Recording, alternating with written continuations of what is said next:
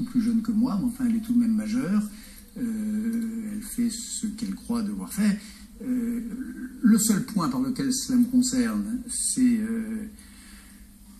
d'abord il y a des questions moi je suis très profond, je suis juif et très profondément juif, et mon judaïsme c'est une manière d'être fidèle à une certaine transmission. Donc, et universalité.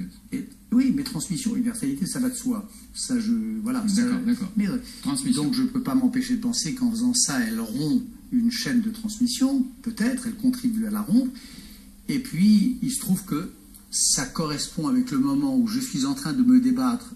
Cette petite sœur, elle s'appelle Véronique. C'est ma sœur, fille de mon père et de ma mère.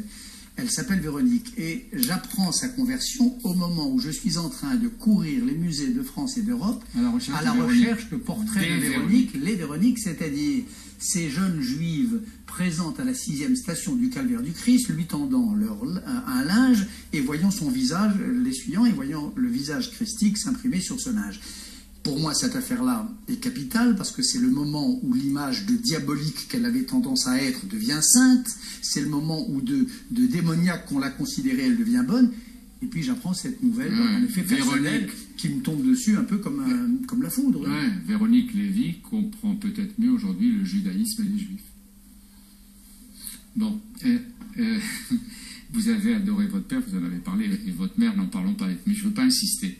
Mais dans votre journal, vous racontez qu'un jour, votre mère prenait le soleil, nageait avec une amie sur une plage de Juan-les-Pins.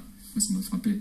Et puis un petit homme trapu, qui portait un peignoir à rayures rouges et noires, je le décris à travers votre propre description, sur un short à carreaux, qui s'approche d'elle et de vous, gamin, et de votre frère, et qui s'adresse à elle d'une voix fluette. Qu'est-ce qu'il dit? Vous en souvenez? Il fait surtout comme les dragueurs qui font semblant de s'intéresser aux chiens quand ils s'intéressent à la maîtresse. Il feint de s'intéresser aux enfants parce qu'il s'intéressait probablement à ma mère et à son ami. Vous voulez pas